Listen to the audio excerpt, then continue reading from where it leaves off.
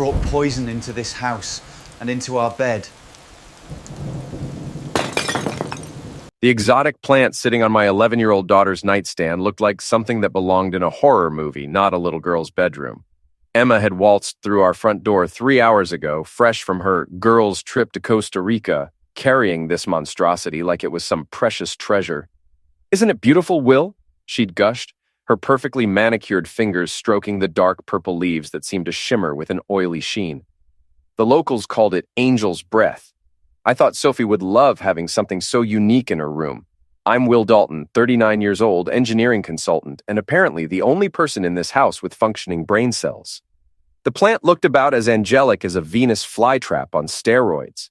Its thick, waxy leaves curved upward like grasping fingers, and tiny white flowers clustered at the tips released a sickly sweet smell that made my nose itch just looking at it. "Emma, are you sure that's safe around Sophie? You know how sensitive she is to—" "Oh, stop being so paranoid," Emma interrupted, tossing her honey blonde hair over her shoulder. At 37, my wife still turned heads wherever she went, especially in her high-end real estate circles. "It's just a plant, Will. Besides, the woman who sold it to me said it brings good luck to families." "Right, good luck. Because nothing says family fortune like putting an unidentified tropical plant in an allergic child's bedroom." Emma disappeared into our master bathroom, probably to wash off whatever expensive spa treatments she'd indulged in during her week away. I stared at the plant, my engineering mind cataloging everything wrong with this picture. The soil looked wrong, too dark, too rich. The pot was clearly handmade, not something you'd find in a tourist market. And those flowers? I pulled out my phone and snapped a few photos, then scrolled through my contacts until I found Alan Morrison. My best friend since college, Alan had turned his botany PhD into a comfortable career at the State University. If anyone could identify Emma's angel's breath, it would be him. I sent the photos with a text. "Emma brought this back from Costa Rica. Safe for kids." My phone rang before I could even put it down. "Will, where exactly is this plant right now?" Alan's voice was sharp, urgent in a way that made my stomach drop. "In Sophie's room. Why? What's wrong?" "Get your daughter out of that room now. Don't touch the plant. Don't let anyone else touch it. And whatever you do, don't let Sophie breathe near those flowers." I was already moving, taking the stairs 2 at a time. "Alan, what the heck? That's not angel's breath, Will. That's Dendrobium mortalis. It only grows in one place on Earth, and it's not Costa Rica. The pollen causes severe neurological reactions in children." Where did Emma really go? I burst into Sophie's room, where my daughter was sprawled on her bed reading. Her cheeks looked flushed, and she was rubbing her eyes. "Hey, sweetheart, how are you feeling?" "Kinda tired, Daddy. And my head hurts a little." Sophie's voice sounded thick, congested. "Come on, let's get you some fresh air." I scooped her up, carried her downstairs, and settled her on the living room couch. "Alan, I've got her away from the plant. What do you mean it's not from Costa Rica?" "Dendrobium mortalis only grows in the rainforests of Suriname. It's extremely rare, extremely dangerous, and definitely not something you'd find in a tourist market. Will, if Sophie's showing symptoms, you need to get her to a hospital. Now." The drive to the emergency room passed in a blur of terror and growing rage. Sophie dozed in her car seat, her breathing shallow and labored. Emma had insisted on coming, playing the concerned mother to perfection, but something in her eyes looked more annoyed than worried. "This is ridiculous, Will. It's just a little plant. Sophie probably has a cold." "A cold doesn't cause neurological symptoms, Emma." "Neurological symptoms? You're being dramatic." She rubbed her eyes and said she was tired. "Kids do that."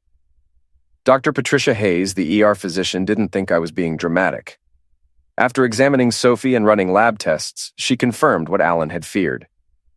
"Your daughter has been exposed to a neurotoxin," Dr. Hayes explained, her expression grave. "The good news is we caught it early. The bad news is we need to monitor her closely for the next 48 hours. Even with treatment, there could be long-term effects." Emma's face went white. "Long-term effects? What kind of long-term effects?" "Potentially permanent damage to her nervous system. Memory problems, coordination issues, developmental delays. We won't know the full extent until the toxin clears her system." I wanted to grab Emma by the shoulders and shake her until her teeth rattled. Instead, I kept my voice level, professional. "Doctor, is there anything specific about this plant we should know?" "Where did you acquire it?" Emma jumped in before I could answer. "A market in Costa Rica. Just a souvenir." Dr. Hayes frowned. "That's odd. Based on the toxin profile, this appears to be from a plant that doesn't grow in Costa Rica. Are you certain about the location? Emma's jaw tightened. Of course I'm certain. I was there, wasn't I? But I was watching her face, and I knew my wife well enough to recognize her tells. The slight twitch at the corner of her left eye, the way she touched her throat when she lied, the defensive tone that meant she was hiding something. That night, while Sophie slept in her hospital bed and Emma dozed in the visitor's chair, I sat in the hallway scrolling through Emma's social media posts from her trip. Beaches, cocktails, group shots with her friends Tara and Michelle, all tagged Costa Rica with cheerful captions about Girls' Week and much-needed relaxation. But something nagged at me. I opened the photos in detail, checking the metadata, a habit from my engineering days when precision mattered. The GPS coordinates from Emma's photos placed her in Paramaribo, Suriname, not San Jose, Costa Rica. My wife had lied about where she went. She'd brought home a poison plant from a country she'd claimed never to have visited. And now my daughter was fighting for her neurological future. I was still staring at the GPS data when I heard Emma's voice drifting from Sophie's room. She was on the phone, speaking in hushed tones. I know, but what was I supposed to do? Will's already suspicious about the plant. No, he doesn't know about Paramaribo. That night at the hotel was incredible, but we have to be careful now. My blood turned to ice water. Emma wasn't just lying about the plant. She was lying about everything. I pressed myself against the wall, straining to hear more. Brian, we can't keep doing this. Not with Sophie in the hospital. I don't care how good the love was. My daughter almost died because of that stupid souvenir you insisted I bring back. Brian West, Emma's business partner at the real estate agency. The smooth-talking, Porsche-driving snake who'd been circling my wife for months under the guise of professional collaboration. Fine, we'll talk tomorrow, but this has to stop. Will's not stupid, and if he finds out about us, no, I'm not leaving him, not yet. The timing isn't right. I slumped against the hospital wall, my world cracking apart like poorly mixed concrete. Emma hadn't just cheated on me.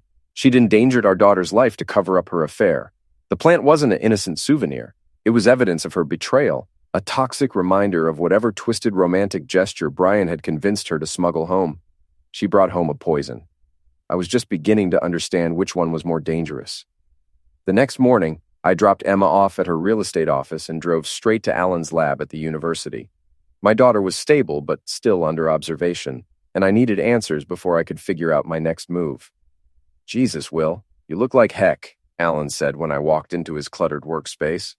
At 41, my best friend had the permanently rumpled appearance of someone who spent more time with plants than people. His brown hair stuck up at odd angles, and his lab coat was stained with soil and plant matter. Feel worse than I look. What can you tell me about that plant? Alan gestured to a small sample he'd taken from Sophie's room the night before. Under his microscope, the innocent-looking pollen grains looked like tiny tools. Dendrobium mortalis is nasty stuff. The indigenous people of Suriname have used it for centuries as a slow-acting poison for pest control. A little bit won't end you outright, but prolonged exposure causes progressive neurological damage. The fact that your wife brought this home and put it in Sophie's room... He shook his head. Either she's incredibly stupid or incredibly malicious. Or she was incredibly manipulated. I told Alan about the phone conversation I'd overheard, about the GPS coordinates that proved Emma had lied about her destination. So she was in Suriname with this Brian guy, and he convinced her to bring home a toxic plant as what? A souvenir? A love token? I don't know yet, but I'm going to find out. I spent the rest of the day playing detective, using skills I'd developed during my engineering career to track down the truth. Emma's credit card statements told a story she'd tried to hide. Instead of the modest Costa Rican resort she'd shown me online, the charges were from the Paramaribo Marriott, $400 a night for a suite with 2 beds. Room service charges for 2 people, spa treatments for couples. My wife had spent a week in paradise with another man, while I stayed home working overtime to pay for her girls' trip. I called Tara Williams, Emma's closest friend and supposed travel companion.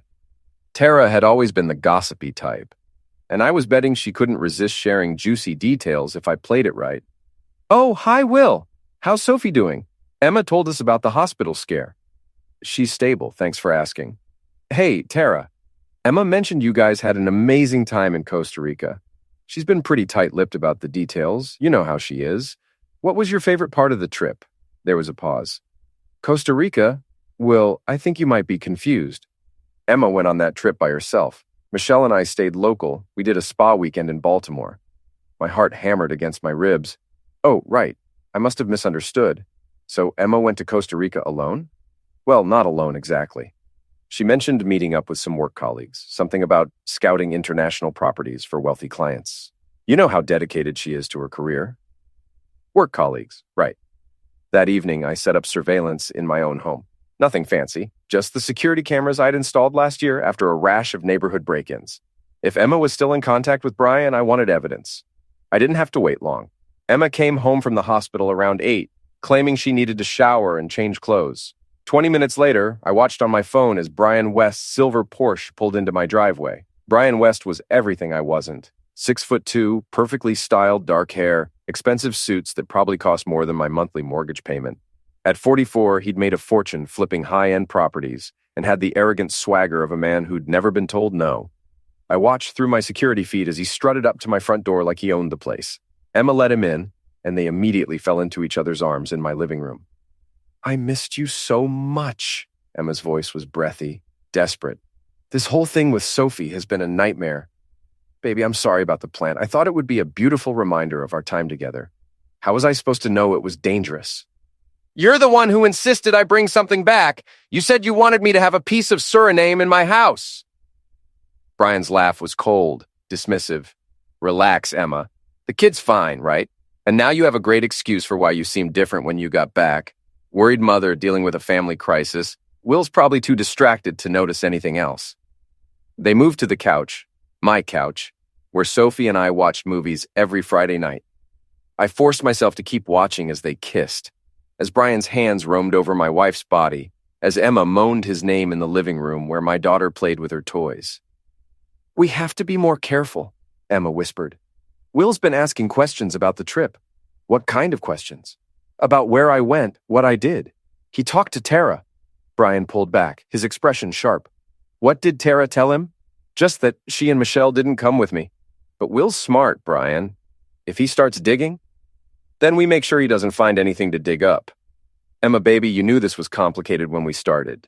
But what we have is worth the risk, right?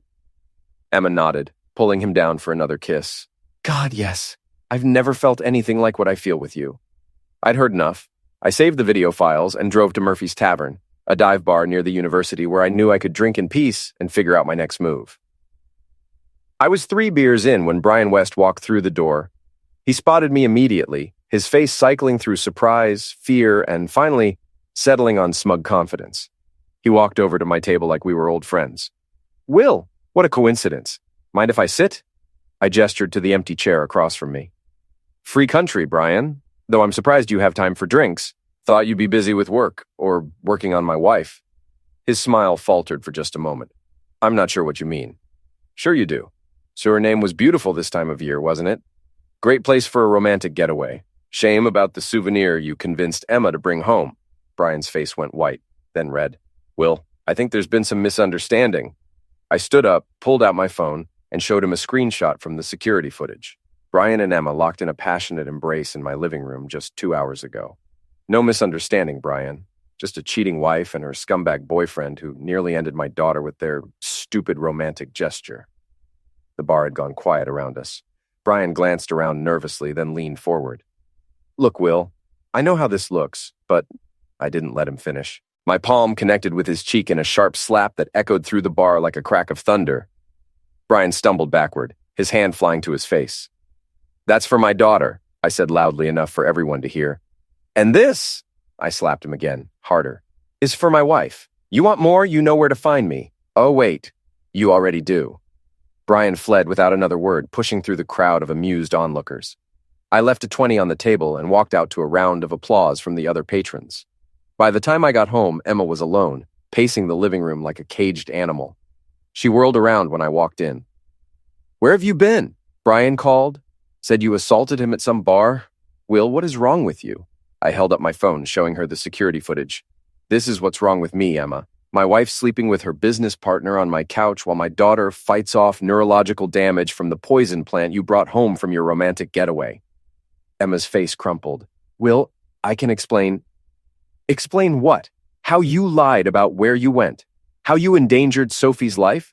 How you've been screwing Brian West while I worked overtime to pay for your girl's trip?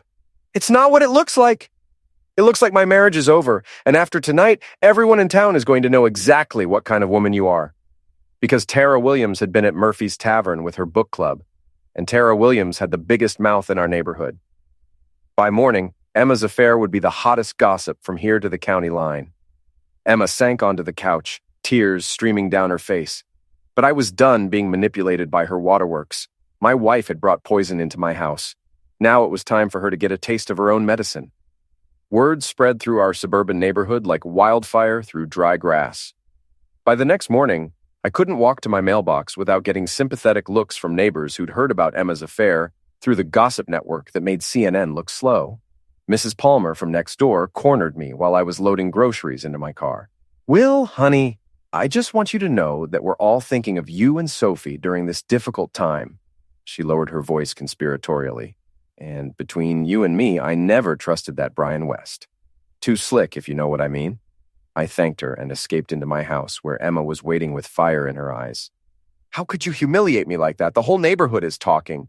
You humiliated yourself, Emma. I just made sure people knew the truth. The truth? You made it sound like I tried to poison Sophie on purpose. Didn't you? You brought home a toxic plant from a secret trip with your lover and put it in our daughter's bedroom. What would you call it? Emma's face twisted with rage and desperation. I didn't know it was dangerous. Brian said it was beautiful, that it would be a perfect reminder of our time together. I thought it was romantic. Romantic? I laughed, but there was no humor in it. You nearly gave our daughter permanent brain damage for romance. That's sociopathic, Emma. While Emma stormed off to her mother's house, I focused on gathering evidence. If she wanted to play dirty, I'd show her what dirty really looked like. Alan helped me analyze the plant more thoroughly.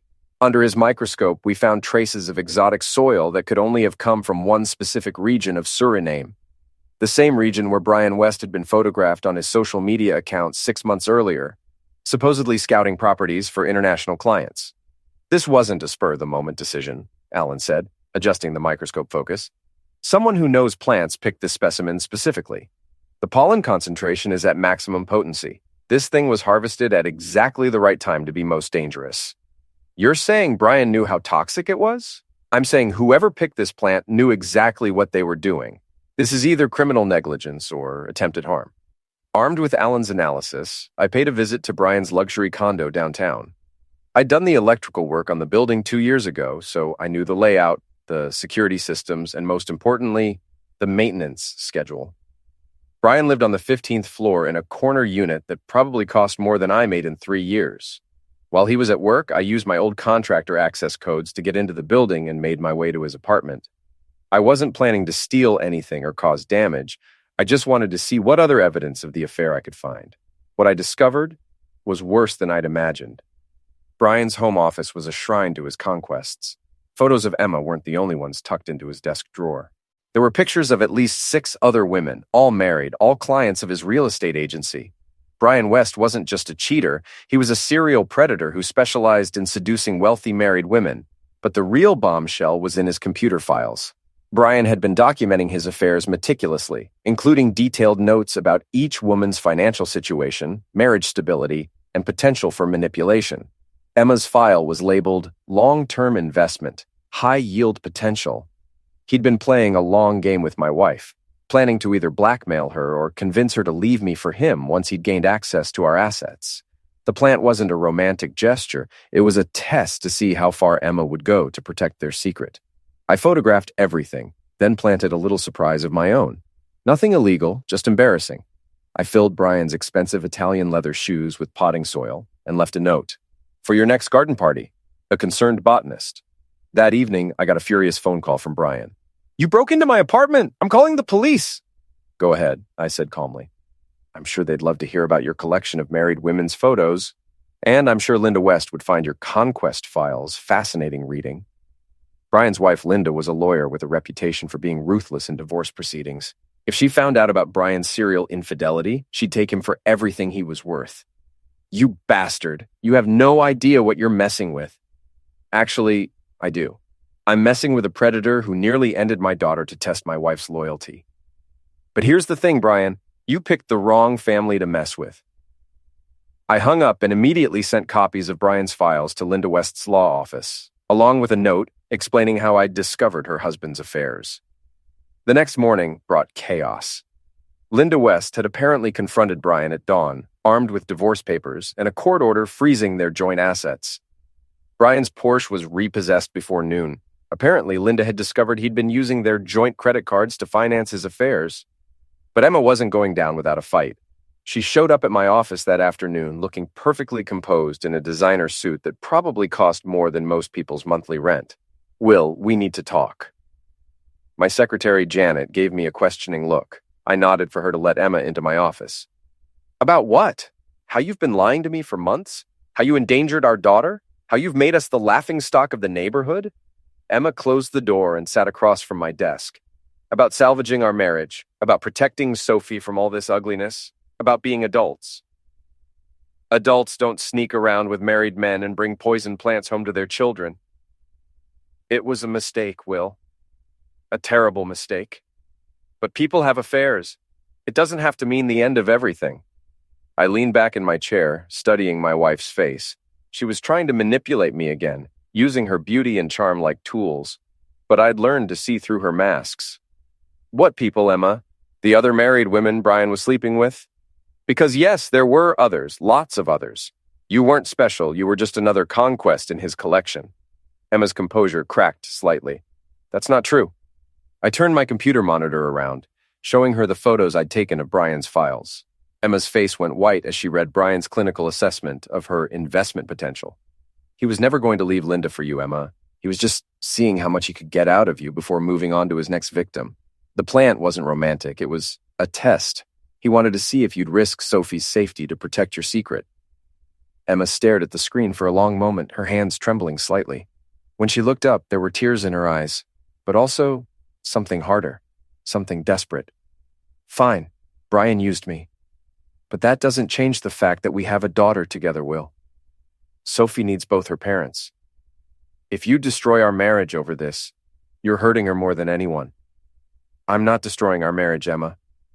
You already did that when you decided to screw Brian West in Suriname and bring home a souvenir that nearly ended our child. Emma stood up, her mask slipping completely.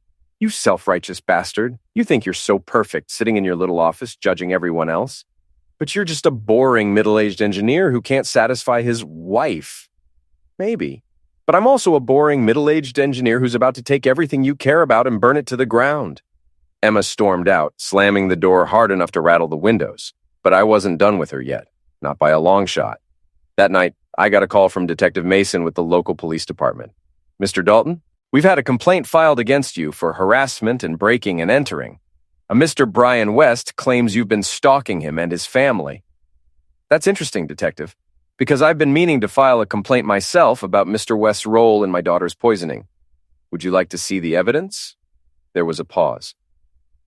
What kind of evidence? The kind that proves Mr. West knowingly convinced my wife to smuggle a toxic plant into our home, nearly causing permanent neurological damage to my 11-year-old daughter. I have documentation, witness statements, and expert analysis from the university botany department. Another pause, longer this time. Mr. Dalton, why don't you come down to the station tomorrow morning? Bring your evidence. Let's sort this whole thing out. I smiled as I hung up the phone. Brian thought he could use the legal system to intimidate me, but I'd been building cases based on evidence and documentation for 20 years. Let's see how his harassment complaint held up against charges of reckless endangerment of a child. The meeting at the police station didn't go the way Brian West had planned.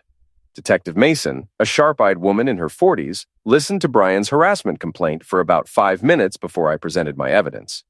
So, let me understand this, Detective Mason said, spreading the photos and documents across her desk.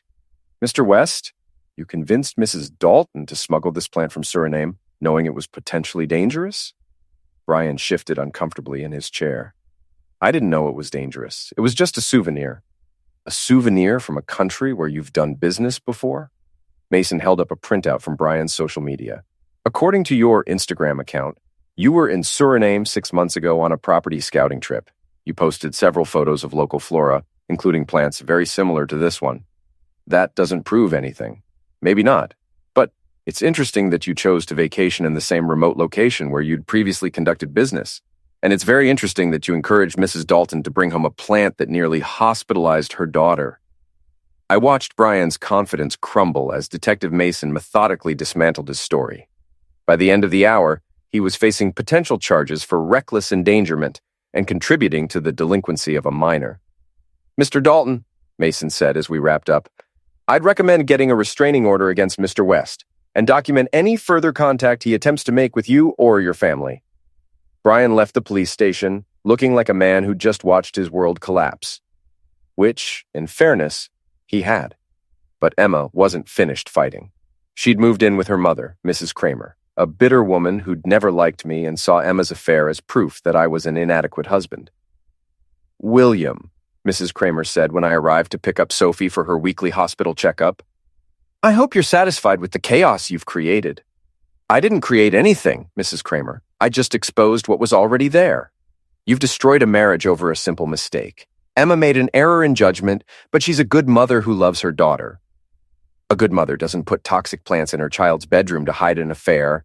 Mrs. Kramer's face pinched with disapproval. "You're being deliberately cruel. Emma is devastated by what happened to Sophie. She should be. She caused it." Sophie emerged from the house before her grandmother could respond. At 11, my daughter was smart enough to sense the tension, but young enough to hope her parents might still work things out. "Daddy, is Mommy coming to the doctor with us?"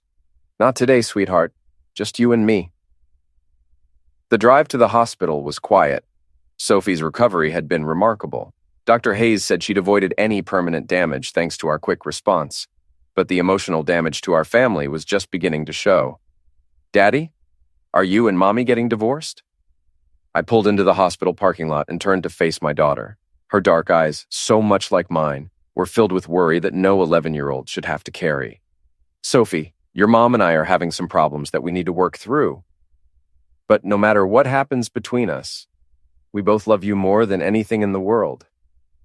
"Is it because of the plant?" "The plant was part of it, yes."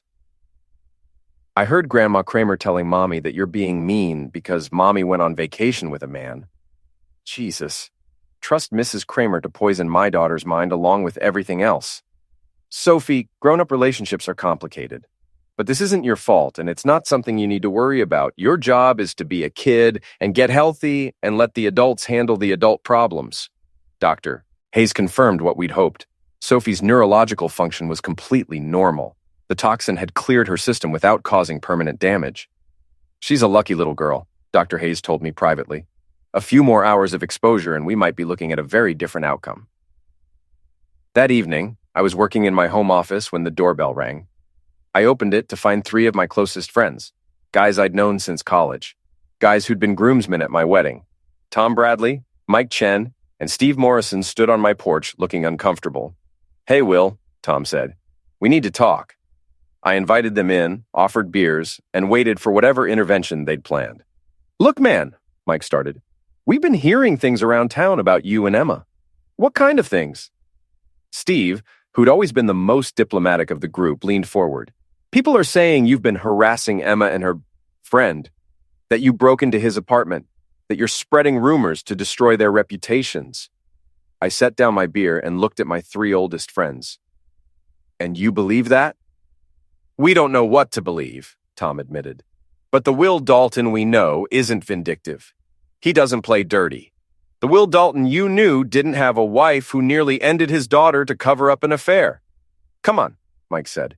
"You don't really believe Emma tried to hurt Sophie on purpose." I pulled out my laptop and showed them everything. The GPS data proving Emma had lied about her destination.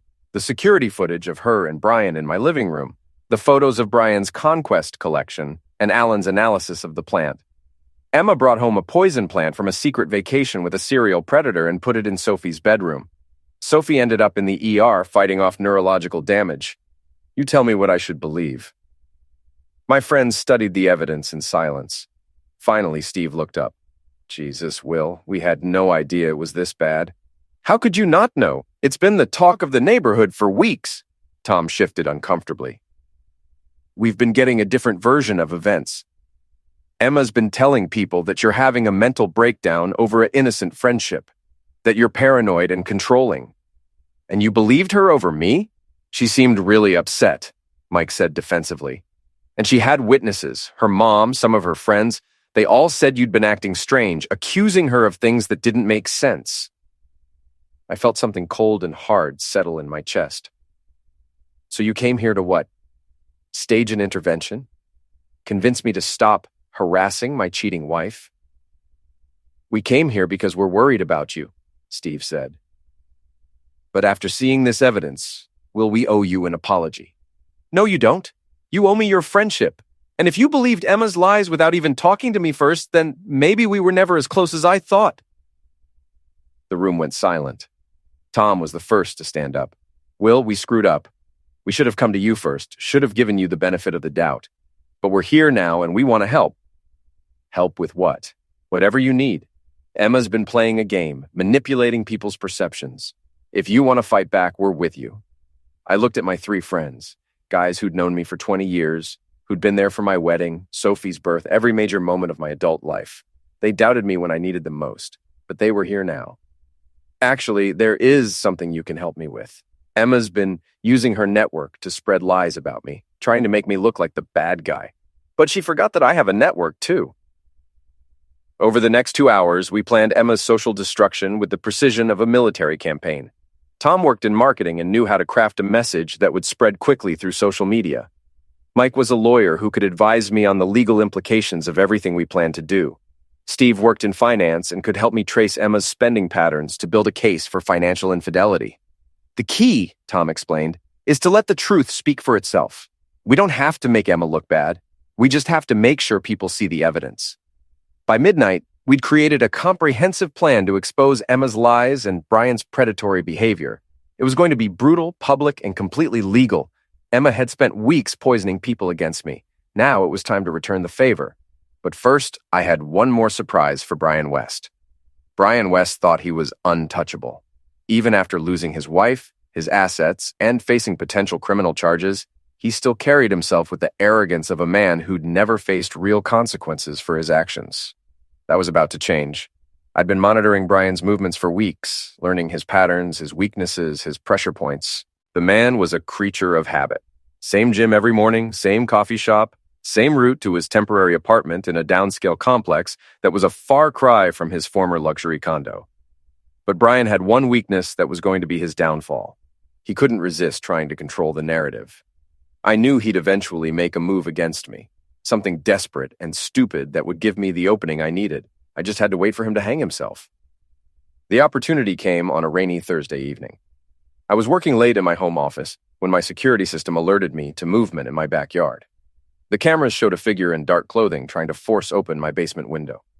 Brian West was breaking into my house. I could have called the police immediately, but that would have ended the game too quickly. Instead, I activated every camera in the house and settled in to watch Brian destroy himself. He made it through the basement window with all the grace of a drunken elephant, knocking over storage boxes and tripping over Sophie's old bicycle. The infrared cameras captured everything in perfect detail as he stumbled through my basement, clearly looking for something specific. My home office, where I kept all the evidence of his affairs. Brian crept up the basement stairs, pausing at the top to listen for sounds of movement. I was sitting in my kitchen, perfectly visible through the doorway, but Brian was too focused on his mission to notice me. He made his way to my office and immediately went for my computer, probably hoping to delete the files I'd copied from his apartment. What he didn't know was that I'd prepared for this exact scenario. The computer Brian was trying to hack contained nothing but decoy files, fake documents designed to look like the evidence he wanted to destroy. The real files were stored safely in the cloud and backed up in 3 different locations, but Brian's break-in was giving me something much more valuable than the satisfaction of watching him fail. It was giving me leverage. I let him struggle with my computer for 20 minutes, watching through the security feed as he grew increasingly frustrated. Finally, when he started looking through my desk drawers, I decided it was time to make my entrance. Looking for something specific, Brian. He spun around, his face white with terror and guilt. Will, this isn't what it looks like. It looks like you broke into my house to destroy evidence of your crimes, which is exactly what it is. Brian straightened up, trying to regain some of his usual confidence. You can't prove anything. It's your word against mine. I held up my phone, showing him the live feed from my security cameras. Actually, it's your word against high-definition video evidence. Breaking and entering, attempted theft, destruction of property, that's what, 3 felonies? You bastard! You set me up! I gave you enough rope to hang yourself. You chose to use it. Brian's desperation was palpable now. What do you want, money? I can pay you to keep quiet about this. Now you're adding attempted bribery to the list. Brian, you just keep making this easier for me. Please, Will, I've lost everything already. My wife left me. I'm facing criminal charges. I had to move into a crap-hole apartment. What more do you want? I studied his face, seeing the fear and desperation that had replaced his usual arrogance. This was the moment I'd been working toward for weeks. Brian West, the predator who'd nearly ended my daughter, reduced to begging. I want you to understand something, Brian. You didn't just have an affair with my wife. You convinced her to endanger my daughter's life to protect your secret. Sophie could have died because of your romantic gesture. I didn't know the plant was dangerous. Bees. You'd been to Suriname before. You knew exactly what that plant was and what it could do. You used it to test Emma's loyalty, to see how far she'd go to protect your affair. Brian's face crumpled. It wasn't supposed to hurt anyone. I thought it would just be a beautiful reminder. Of what? Your conquest? Because that's all Emma was to you, right? Just another married woman to add to your collection? No, I cared about Emma. I still care about her. You cared about her money and her connections, just like you cared about all the other wives you seduced. But you picked the wrong family to mess with, Brian. You nearly ended my daughter, and now you're going to pay for it.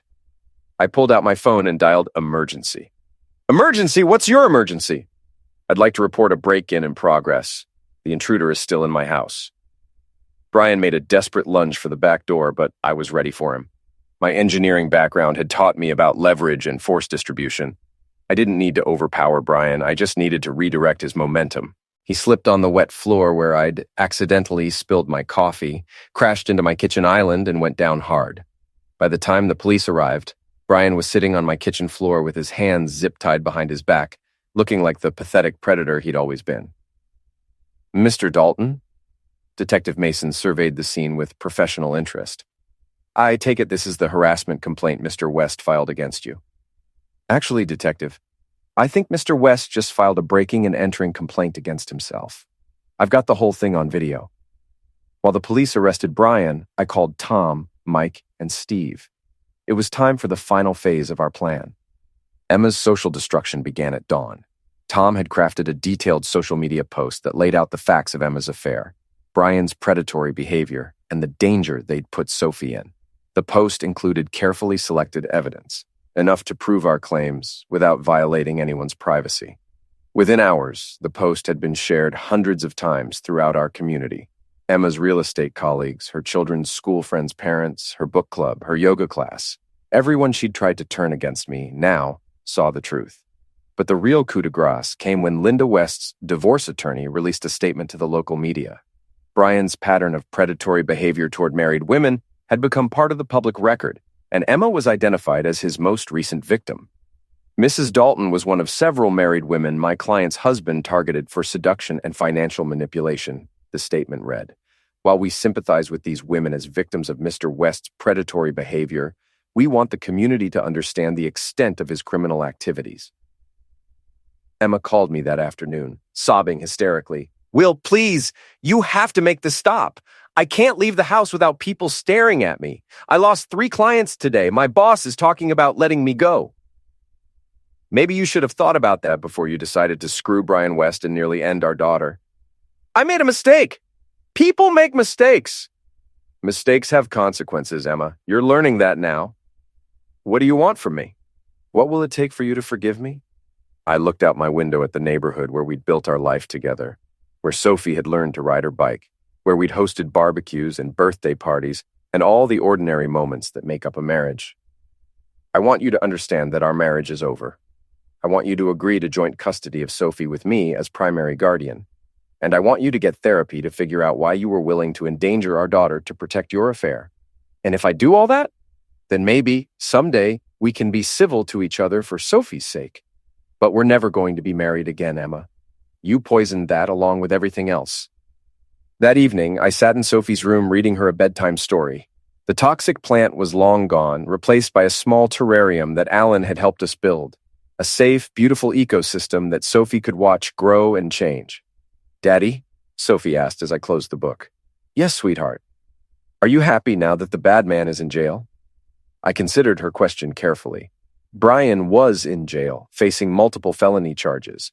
Emma was facing social and professional ruin. My marriage was over, and my family was broken. But my daughter was safe. The predator who'd targeted my family had been exposed and stopped, and the poison that had been slowly ending my marriage from the inside was finally gone. "I'm happy that you're safe," I told Sophie. "And I'm happy that we don't have to worry about bad people trying to hurt our family anymore." "Will Mommy be okay?" "Mommy will be fine. She made some bad choices, but she's learning from them. And no matter what happens between Mommy and me, we both love you very much." Sophie nodded solemnly. "I love you too, Daddy." As I tucked her into bed, I thought about everything that had happened over the past few months. Emma had brought poison into my house, literally and figuratively. But in trying to destroy my family, she'd actually saved it. She'd shown me who she really was, and she'd given me the strength to fight back. Brian West was going to prison. Emma was going to have to rebuild her life from scratch. And I was going to raise my daughter in a house free from lies, manipulation, and toxic relationships. Emma had wanted to bring a piece of Suriname into our home. Instead, she'd brought justice. I just gave her a taste of her own medicine,